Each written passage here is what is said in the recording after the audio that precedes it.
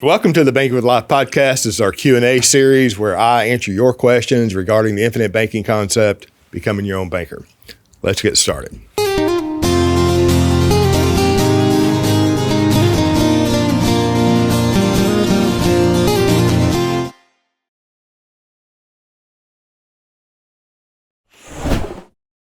This is the chess coach.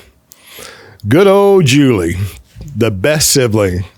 Well, there was 4 of us, 3 remain, and that's debatable, Coach.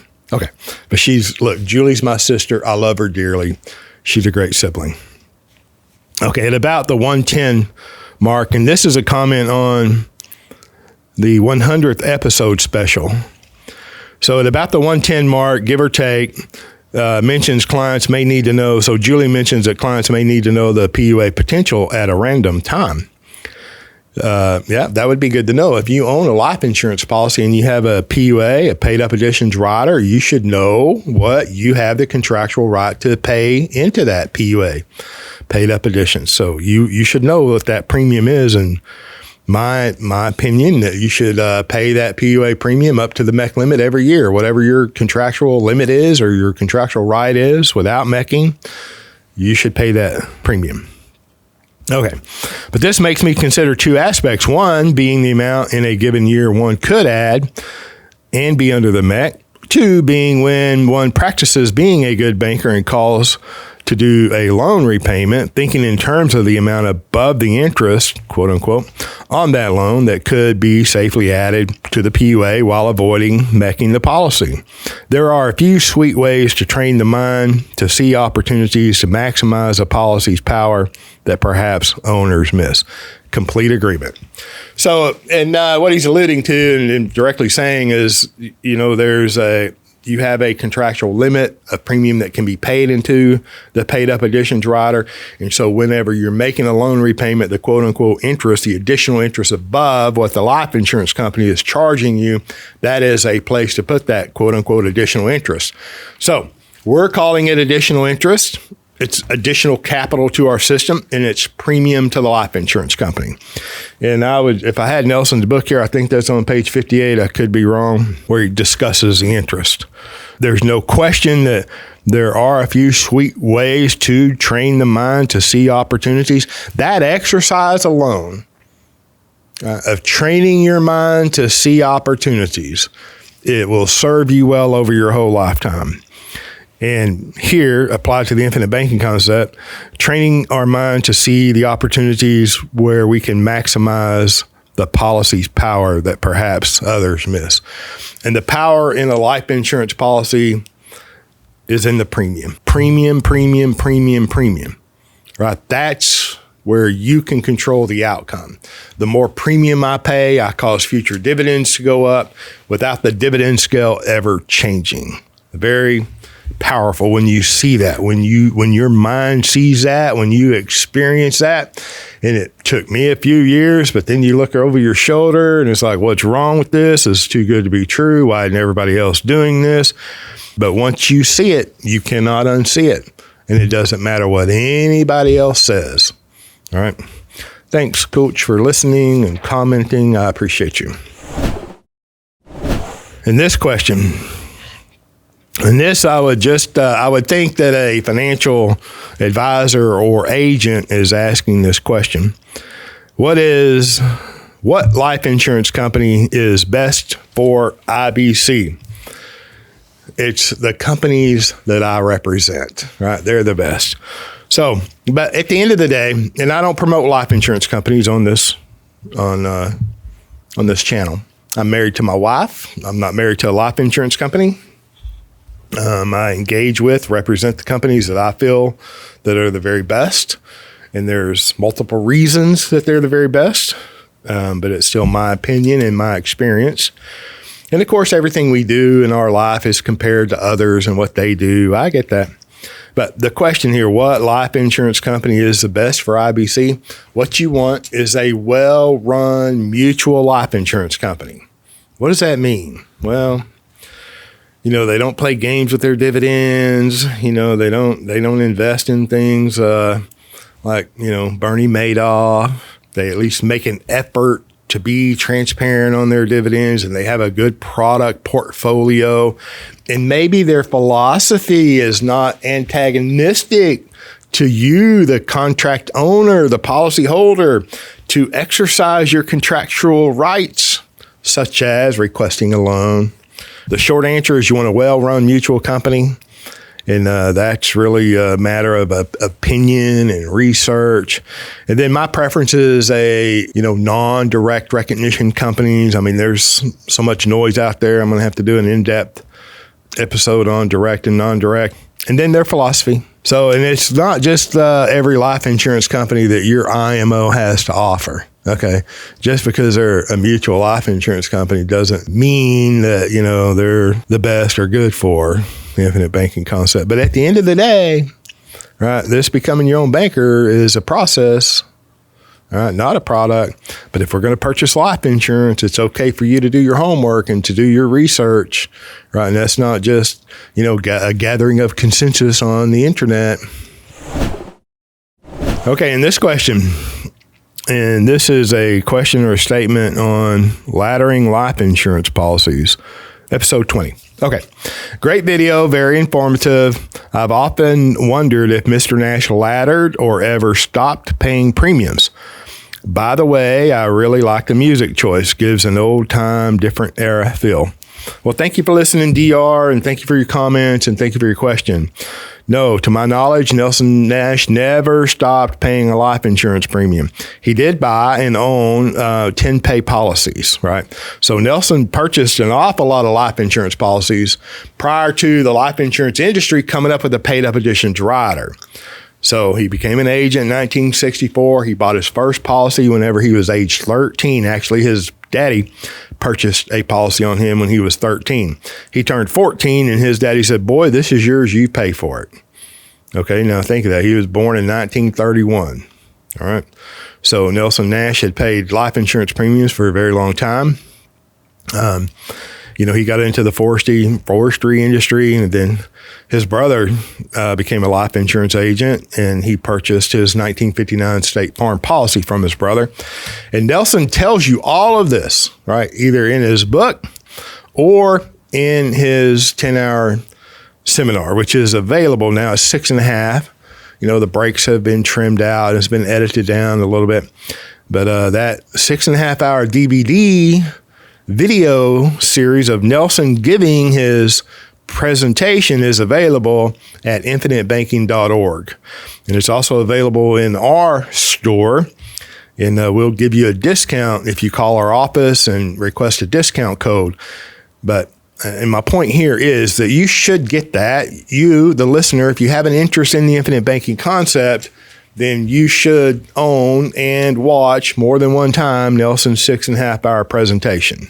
So, no, he never laddered a policy. He never borrowed from one policy to pay another premium, to borrow from that cash value to pay, another premium. No, that's a machination of flawed thinking expanded. All right. So can you do that? Yes, you can do whatever you want to do. Should you do that? Probably not. And the people who promote that as a way to expand your system and as like this is how you become your own banker is hogwash. I engage with people. I talk to people every day.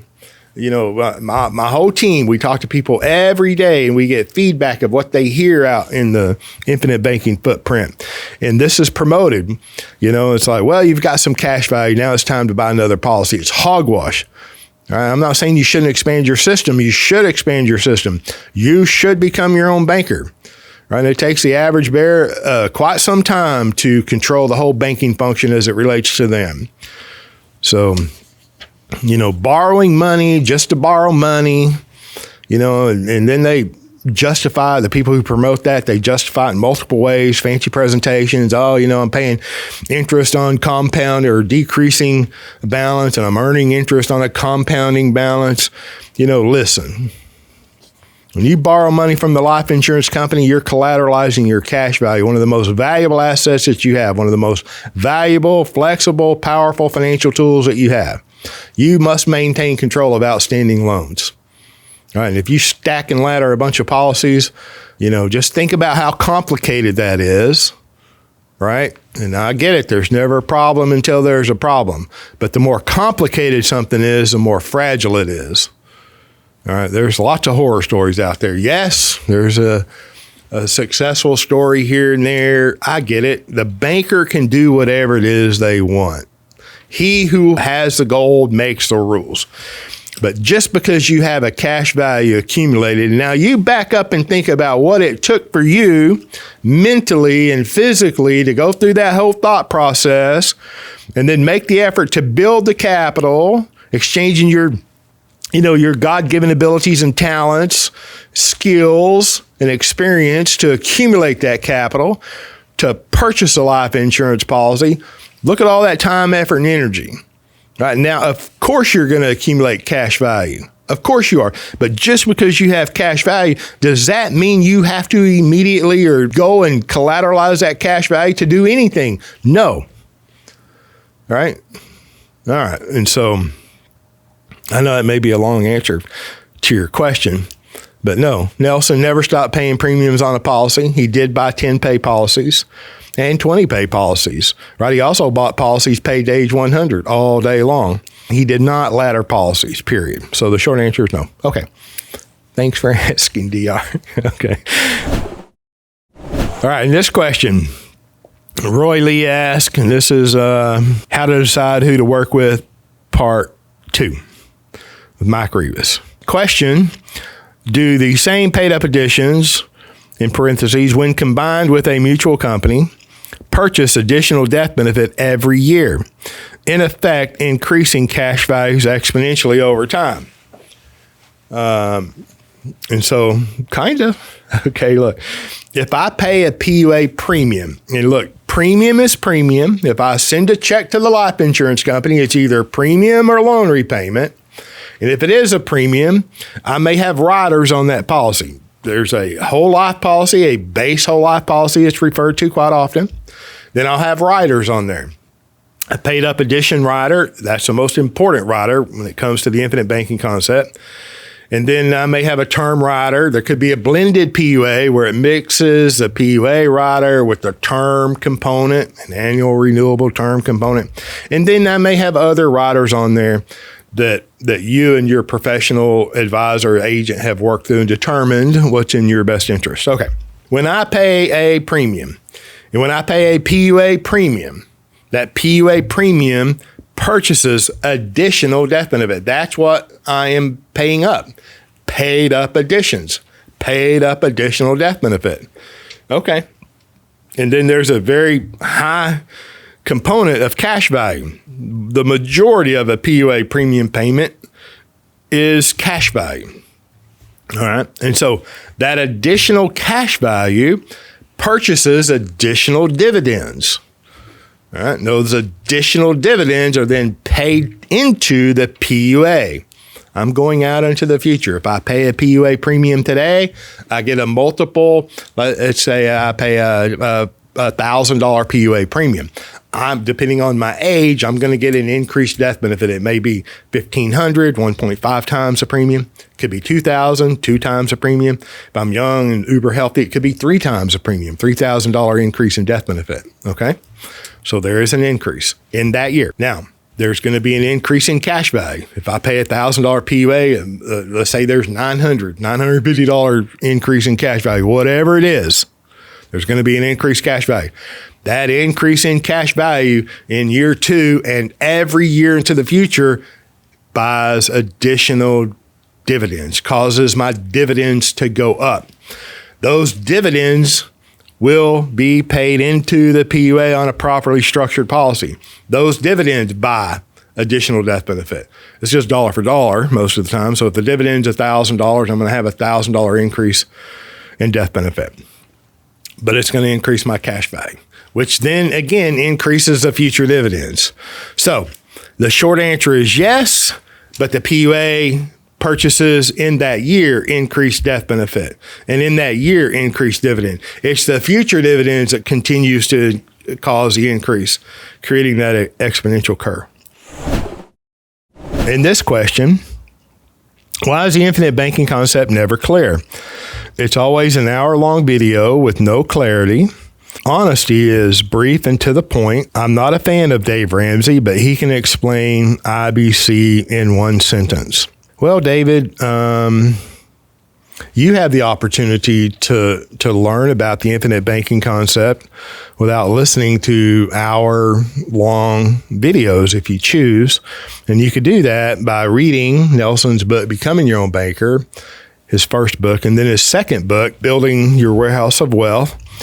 And then there's a 6.5-hour video of him, Nelson Nash, giving his live presentation. So if you really wanted to learn about the infinite banking concept, that would be, in my encouragement, how you would do it. But you're like, it's always an hour-long video with no clarity. And I'm telling you, you might consider Nelson's 6.5-hour video. So, it might be a challenge for you. I mean, to be willing to do that. No disrespect, okay?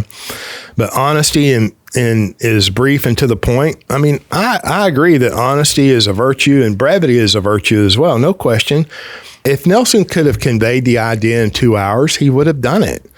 So if your limit is an hour-long video, then this is probably not for you, and that's okay.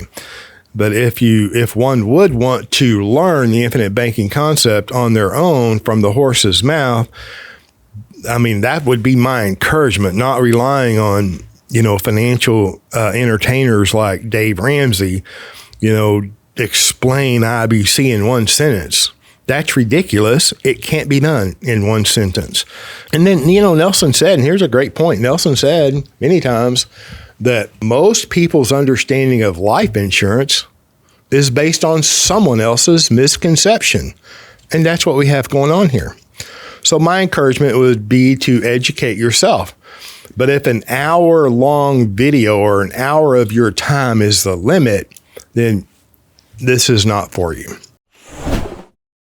Here's a question that been looking forward to answering and have made several attempts to answer it, and technical issues, triggering issues, prevented the release of the answer to this question.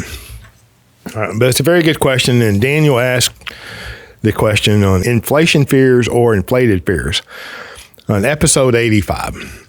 What's James's problem with the second edition of Nelson's book? Okay, to be clear, we're talking about the second edition of his second book, Building Your Warehouse of Wealth. And Daniel, here's my problem with the second edition. I have the first edition, and in the first edition, there are several endorsements that were removed. One of them being mine. And here's my problem. My endorsement of this book was taken out in the printing of the second edition. When Nelson Nash himself withheld the printing of this book, waiting on my endorsement. I was the last one that he asked, right, to submit an endorsement. I'm the last endorsement. And he held up the printing of this book, waiting for my endorsement. He thought my endorsement was important enough to hold up the printing of it. And here in the second edition, my endorsement isn't in there.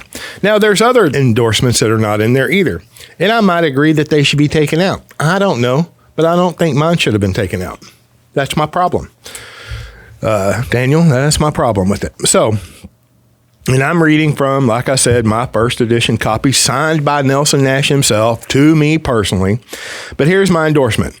In 2005, after 14 years of success in the life insurance and financial services industry, several designations, and literally thousands of hours of training and CE coursework, I finally learned the truth about money because of the inspired original work of R. Nelson Nash in Becoming Your Own Banker.